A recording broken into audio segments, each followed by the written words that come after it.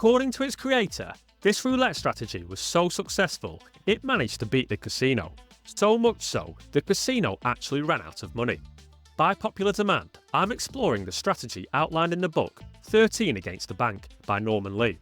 This isn't a book review. I want to just focus on the roulette strategy, its potential for huge wins, as well as the potential issues that hinder its progress. Stay with me until the end, as I'll point out the advantages the team had over most casual players, but I'll also explain how I think you can improve this system, as well as completely removing some of the issues the team of 13 players ran into.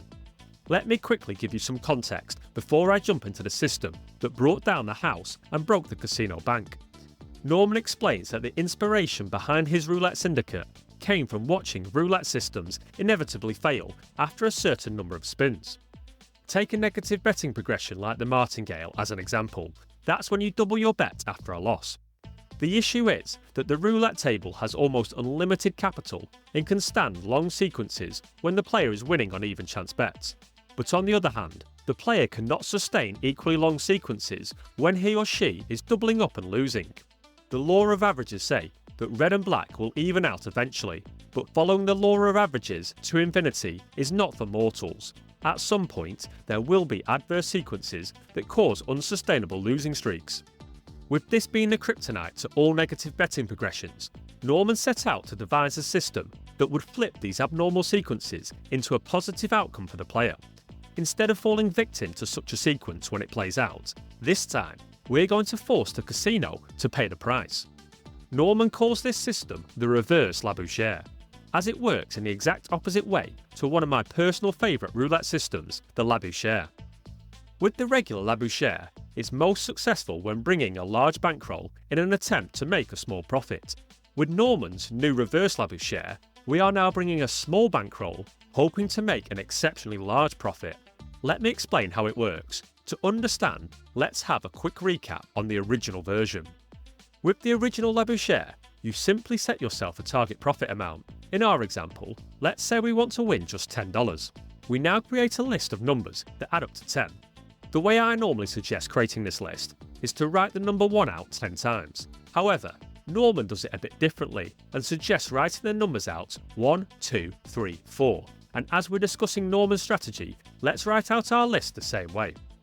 From this list, we need to add the first and last number together, and this is the amount we need to bet on one of the even chance bets. If we win, we cross off the first and last number. If we lose, we add the amount that we just lost to the end of our list. The goal is simple. Cross off all the numbers on your list, and by doing so, you will have made your target profit. And I'm personally a big fan of this original Labouchere system, as it allows smart players to manage their bankroll whilst having a sensible take profit target.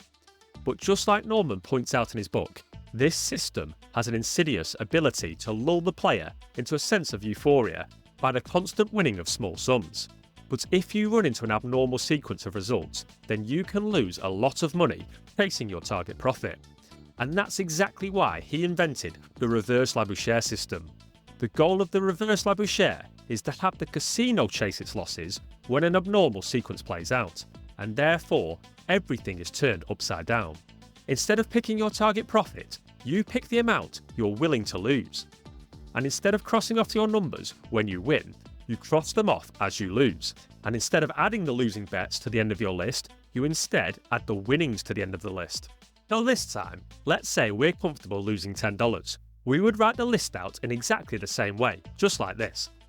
We still add the first and last number together to dictate how much we need to bet, and so we would place $5 on an even chance selection.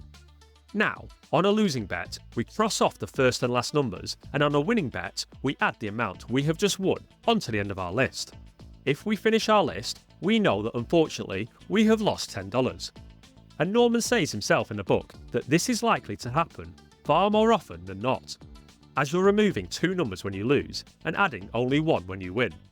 Should the true probabilities play out while you're at the table and you win as many as you lose, then your list will be crossed off and your $10 will now be the casino's. And that's why I'm a big fan of the original, because when the true probabilities do play out, you will make money. But according to Norman, that's the problem. The very caution of the normal system is its weakness. You can only ever win your target profit of $10, but the downside could potentially be your entire bankroll should you hit a painful run of losing numbers. Sticking with the reverse Labouchere system for a moment, let's assume we hit an abnormal sequence, but it's a fortunate one and we lose 1 and then win 2, and this plays out a couple of times. Here's what this would start to look like.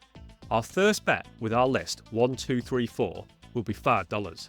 We lose this and cross off the first and last number. Now we're left with just 2 numbers. 2 plus 3 again equals 5, and so our next bet is $5. Winning this, 5 gets added to the end of our list. Next round, we add 2 and 5 together and place our bet of $7. Winning this, 7 gets added to the end of our list. Next round, 2 and 7 get added together. We're now betting $9. We lose this round and the number 2 and 7 both get crossed off. Our first number is now 3 and our last number is now 5, meaning a bet of $8. A winner means we add 8 to the list. Next round, 3 plus 8 means we're betting $11. Another win, we've added 11 to the end of our list. So we've still got 4 numbers in the list, but as you can see, they're considerably larger. And if we were to total up our profit and loss, it would be loss 5, won 5, won 7, loss 9, won 8, won 11. And that's a total profit of 17. Now obviously the big issue with this example is that we're relying on winning 2 out of 3 even chance bets, which requires a huge element of luck. But the point Norman makes in his book, that these adverse streaks do happen, and the original Labouchere system just doesn't capitalise on them. In fact, if the same sequence of outcomes played out using the original sequence, we would have already crossed off our list and left with $10 profit. Even worse, in a situation when a sequence plays out and you lose 2 and win 1, your bets can get extremely big, chasing those losses. With the original Labouchere system, these negative adverse sequences can cause you to lose it all, but with the reverse Labouchere, you simply lose the $10 you set out in your list. Norman bought a full-size casino-grade roulette table to test out the strategy, and he found that on average, a player would go on losing for 5 solid days playing 12 hours a day, before they had a favourable sequence on the 6th day. This is quite a fortunate number because there are 6 even chance bets on a roulette table, meaning that one of the even chance bets could hit one winning progression every day. And for this reason, the roulette syndicate was created in groups of 6, with each player being assigned just one of the 6 even chance bets to focus on. This is personally one of my first issues with this roulette system.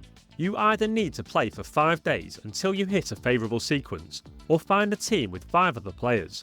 Now in fairness, Norman's experiment used a traditional casino setup, and the number of spins per day are much less than an online casino. With no need for the dealers to calculate and pay out the winnings, playing roulette at an online casino is at minimum twice as fast as the traditional casinos.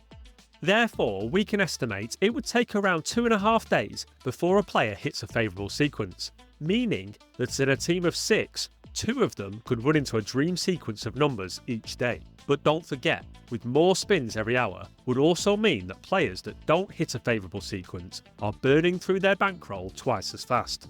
There's some obvious questions that come to mind when considering if the reverse Labouchere system is worth playing.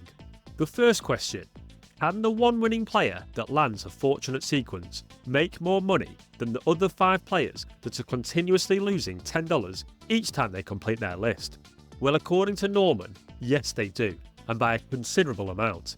But in my opinion, that's because Norman's take profit target is extremely aggressive. And that leads us to question number 2. When do you stop? How do you decide when enough is enough and walk away before the tables turn and you end up giving all your winnings back? In the book, Norman's team only stopped the positive progression once their bets hit the table maximum bet or the roulette table ran out of money.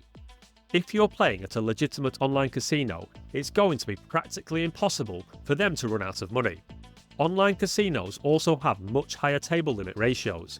Some tables have table maximum bets that go above $10,000 even on a table when you just bet $1 on the outside chances. If you're starting at a $5 bet, you are going to need the most epic winning streak to increase your bets all the way up to $10,000. If you're playing this roulette system on your own, which will be the vast majority of us, I suggest picking an achievable take profit target so that you don't go days and days without winning any money. I personally suggest around 50 times your starting list amount. For example, if you are playing a $10 list, you can walk away with your profit once you make $500. This way, you take advantage of winning sequences, but you're not asking for the impossible and waiting until the casino you're playing at shuts down because they're out of funds. Norman's team that broke the casino in France did have one significant advantage over many recreational players playing online, but at the same time, there are also clear advantages to playing this system at an online casino. One of them being, you can minimise distractions. Norman highlights the sneaky tricks casinos used to try and hinder the Roulette Syndicate from effectively implementing their strategy. From agitating the players by making sure bar staff didn't get them a drink, to distracting them during their calculations. And being an ex-casino manager myself, I can absolutely confirm these are the two types of tactics I would have been using myself if I saw a group of players using a clever system that was draining money from the table. That also brings us on to the topic of making the calculations for your next bet. Now, your time between each betting round will be reduced considerably, but you won't need to fiddle about with the chips. In addition, there are clever spreadsheets that can do the calculations for you. If you just tell the sheet if your last bet was a winner or loser, it will quickly calculate how much you need to bet. Depending on when you're watching this video, our trusty Excel wizard, Trader Ian, has created a fantastic spreadsheet to help quickly calculate the next bet. You can join the Discord using the link in the description and download it completely free. Despite the distractions and the need to calculate your bets with a pen and paper, the team did have one significant advantage. That is because they were playing at a French roulette table. There's an obvious difference between the French table and the American table, and that's the 00 on the American version. I recommend avoiding this, but there's one subtle yet significant difference between the French table and the European table, and that's the en présent or le partage rule. These rules allow the player to receive half of their money back if they have a bet on an even chance selection and the number 0 lands. And with this roulette system solely focusing on the even chance bets, this additional money back rule can have a nice positive effect on your bankroll. Unfortunately, it's very difficult to find a French roulette table, but I have done my best attempting to find them for players all around the world. If you would like help finding one, you can complete the quick 2-minute quiz using the link in the description or scanning the QR code here.